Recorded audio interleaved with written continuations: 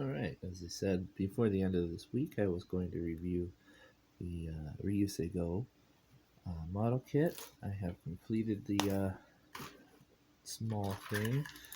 The kit itself went together quite easily, even if I do knock it over at times. Um, as most of these Graze model kits do, they are quite an easy fix.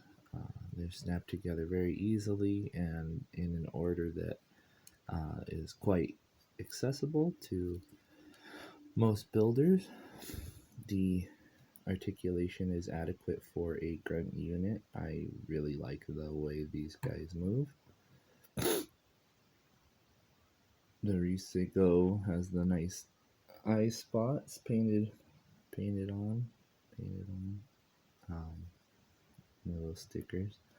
That also is a sticker, which unfortunately doesn't always work the way you want it to. I put it on and it does like to peel off, but that's going to happen at times.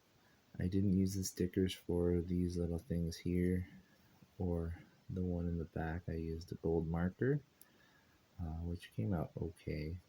More green than gold, but if you're colorblind like me, it doesn't matter too much. I did paint the eye in here a gold and the internal eye, which I forget how you're supposed to open this properly.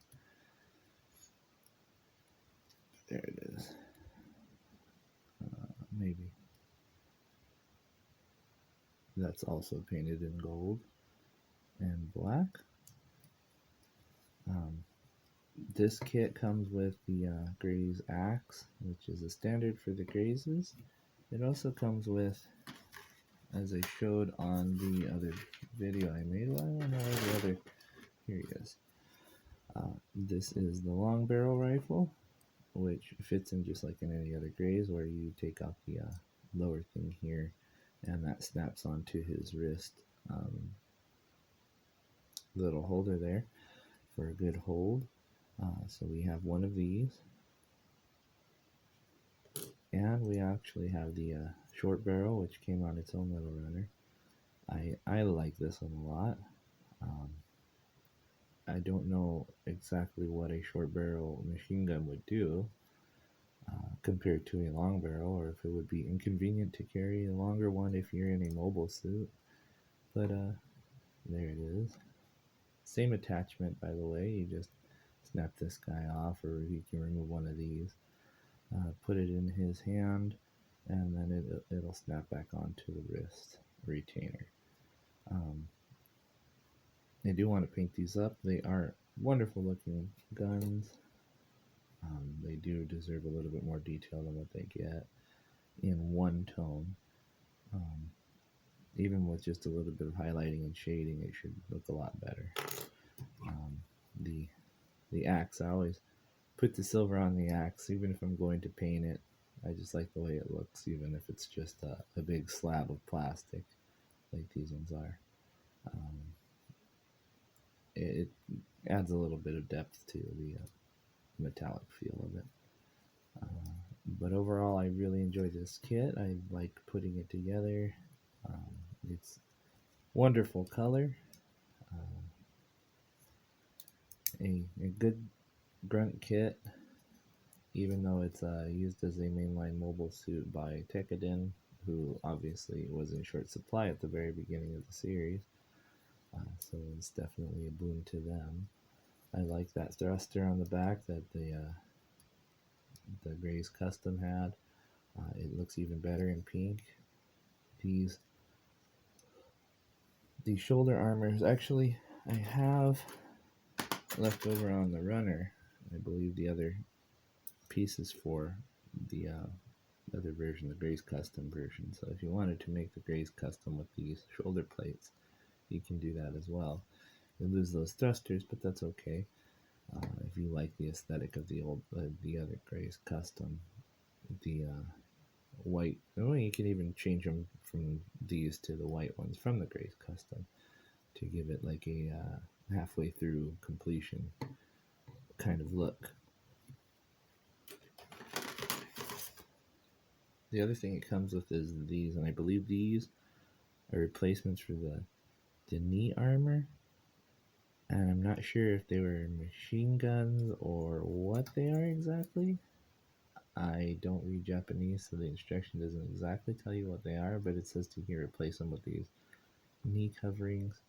They do look like guns. I don't know why we would put guns in the knees, but I guess if it was like an anti-infantry type use, that would kind of make sense. I don't know. It's a little weird, so I just left them on the runner. I might cut them off and clean them up, put them on put them in a bag and never say anything about them again. They don't look aesthetically pleasing to me. They don't look like they would make sense on his knees. Yeah, I don't know about these. And then beyond that, we just have a few PC parts and polycap parts. So that's definitely a few that I'm going to hold on to so that I can use them for any other projects that I might need them for, or in case I lose something, which does happen. And like I said, I really enjoyed building this one. I do really like this. I don't know why. I like this wrist movement here. I think it just gives a little bit more depth to the mobile suit.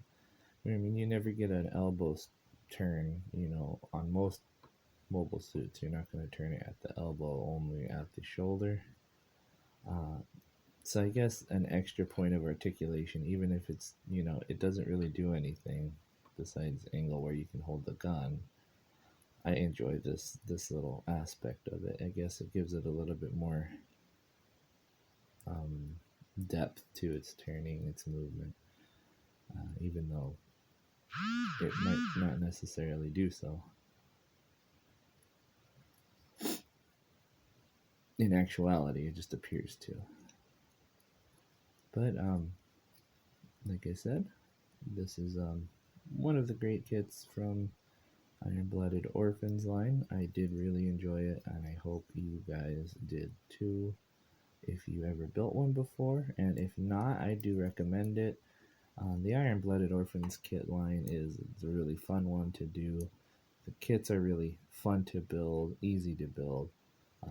I'd say it's like a beginner's line as far as complexity. All of them are very easy to build, at least in the high grade models. The 100 scales, they're a little bit different. They're just like giant high grades, which I like too, but it's more of a space saving measure for me to get the high grades. But yeah, no, he's definitely a cool kit, and if you don't have him, I'd say get him. You won't be dissatisfied.